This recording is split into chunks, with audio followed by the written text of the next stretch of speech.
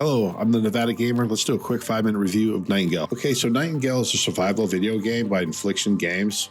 It went in early access February 20th, 2024. It's been about 3 weeks now. I've got about 125 to 130 hours into the game already. So I made some clips, and just keep in mind, early access, so things may change. In my 5-minute reviews, I like to cover as much as I possibly can. I break it down into different categories, normally 4 or 5 categories. Today, we're going to do it in 4 categories: graphics, combat, crafting, and endgame. Let's get started. First off, I'm running this on 4K, but fully maxed out. It's running smooth. It's not an issue. It's not smoking. Hasn't caught on fire. The graphics so far have been really good. The only issues that I run into is some flickering sometimes in the swamps. That's when it's dark out. That's during the nighttime. And the flickering is the foliage around the water.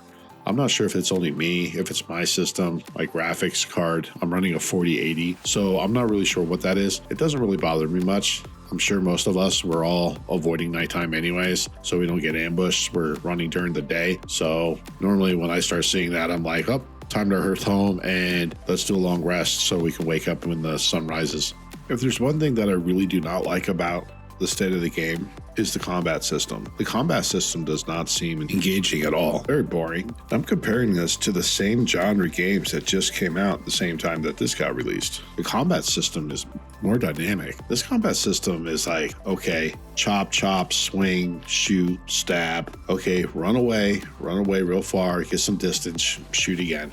That's really basically it. I'd like to see maybe some combos or maybe some more combat animation in the game. But this combat it's not great. And I know Infliction knows about it. Very well documented on the Reddit page and in the Discord that people aren't happy with the combat system. And I know it's on their roadmap to look into, but I really hope they focus and spend a lot of time fixing this, because this does put a lot of people off from the game. Like most survival games, crafting is a very big part of the game. Nightingale is no exception to that role. I think the game does a really good job holding your hand in the very beginning for the crafting system. Starts you off with creating your sleeping bag, the basic tent, some basic tools, and then working your way up from there. There's a lot that it doesn't tell you, and I'm glad it doesn't, because that's always the fun part of crafting games, exploring and finding out what this or what that does. That is pretty cool. And Nightingale is really good at utilizing the system when it comes to crafting. Without going into too much detail, just know that if you and your friend are making the same jacket, but they use different materials, they're going to get a different outcome than the color of the item that you're making. Just keep that in mind. It's a good idea to look it up on Reddit. There's some great people that's doing a lot of that research to figure that out before you waste your materials and not be happy with what the outcome is. Also, the crafting benches you upgrade throughout the game. As you get better tier gear, you get better tier crafting stations. You need that to make those better tier gears. Crafting system gets even better with the use of augments, and you get augments by spending either essences or getting as rewards when you do objectives in the world. But there's limits on how many augments that are effective for your crafting stations, and you need certain augments to actually craft certain items. So that's different. I wanted to take a little bit of time out and talk about the end game quick in this review. In the end game, a lot of people think, is there really an end game with an early access game? And there is with this game. You can do public vaults, you can do private vaults, you can go do higher tier cards, get higher tier armor. But I know that they're working on even more end game stuff, and that's great because it does kind of get monotonous after a while, but there is something to do. And I mean, just hanging and helping out friends and people that you meet in the game in the public areas, it's pretty awesome. For the conclusion of this review, I just want to make it clear that I was not paid or sponsored by Infliction in any way. This is an honest, unbiased opinion about the game. One thing that I really cannot stand in this game that I didn't review earlier is being disconnected. Combat system for me is nothing compared to being disconnected from the game. That is so lame. You wait 10 to 15 minutes for a portal to open up just to get disconnected. You're waiting on a crafting bench doing a whole stack of ingots to be disconnected. Between the disconnections and the long load times for the portals, yet the animation's awesome, but does it really have to take that long to load a portal? And then when we get into the portal, does it really take that long to get to the realm? But Nevada Gamer, it's early access. Yeah, I guess you're right. Well,